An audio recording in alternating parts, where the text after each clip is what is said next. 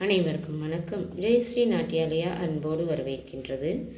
குரலும் பொருளும் என்ற பொறுப்பார்வையில் 42வது அதிகாரம் கேள்வி. காதால் கேட்ட அறிவு.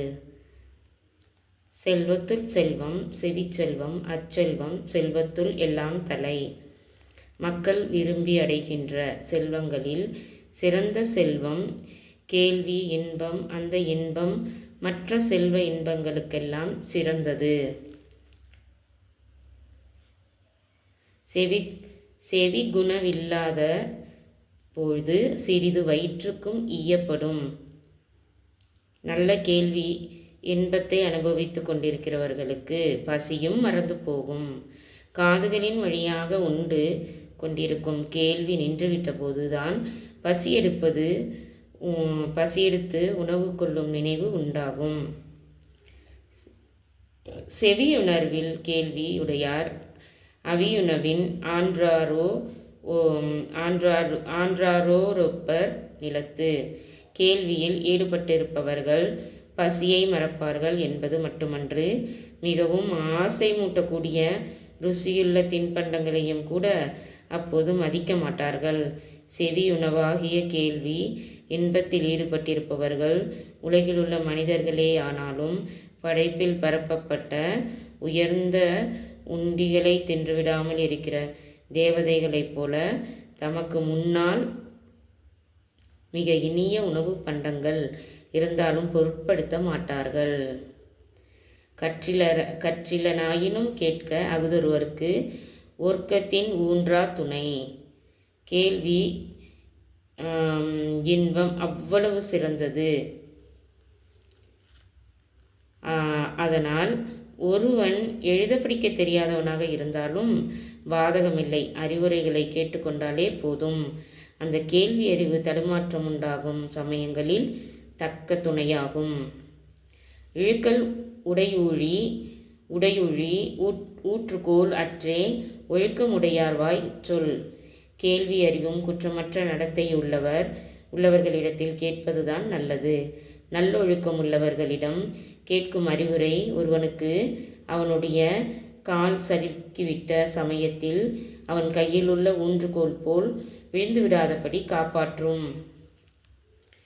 எனைத்தானும் நல்லவை கேட்க அனைத்தானும் ஆன்ற பெருமை தரும். ஒழுக்கம் உடையவர்களிடத்தில்தான் கேட்க வேண்டும் என்பது இல்லை. எவரிடத்தினானாலும் எவ்வளவானாலும் நல்ல அறிவுரைகளை கேட்டுக்கொண்டே இருக்க வேண்டும். அவ்வளவுக்கும் மிகுந்த பெருமை உண்டாகும். பிழைத்துணர்ந்தும் பேதமை சொல்லார் இழைத்துணர் தீண்டிய கேள்வியவர். எவரிடத்திலாயினும் எவ்வளவு ஆயினும் அறிவுரைகளை கேட்டுக்கொண்டே இருப்பவர்கள் அடிக்கடி பல நல்லுரைகளை கேட்டு அவற்றை எண்ணி உணர்ந்து சேகரிக்கப்பட்ட கேள்வி ஞானமுள்ளவர்கள் நினைவு தவறுதலாக கூட மூடத்தனமாக பேசிவிட மாட்டார்கள். கேட்பினும் கேளா தகையவே கேள்வியால் தோற்கப்படாத செவி. காதுகளால் அடையக்கூடிய பயன் கேள்வி ஞானந்தான். இல்லாவிடில் கேள்வி அறிவுகள் அடிக்கடி புகுந்து அவற்றால் தொலைக்கப்படாத காதுகள் ஓசைகளை கேட்கக்கூடியவனாக இருந்தாலும் செவிட்டு காதுகளே ஆகும். நுணங்கிய கேள்வி ரல்லார் வணங்கியவாயினராதல் அரிது. கேள்வி அறிவை பயபக்தியோடு கேட்டுக்கொள்கிறவர்களுக்குத்தான் வினய குணமும் உண்டாகும். கேள்வி ஞானத்தை வினய விருப்பத்துடன் கேட்டுக்கொள்ளாதவர்கள் பணிவான சொற்களை பேசக்கூடியவர்கள் ஆக முடியாது. செவியில் சுவையுணரா வாயுணர்வின் மாக்கள் அவியினும் வாழினும் என். ஆகையினால் செவியுணவாகிய கேள்வி இன்பத்தை அனுபவிக்க பழகாமல் வெறும் வாயுணவின் ருசிகளை மட்டும் அனுபவிக்கிற மனித பிறவிகள் இறந்தால் என்ன இருந்தால் என்ன? இவ்வாறாக காதால் கேட்கின்ற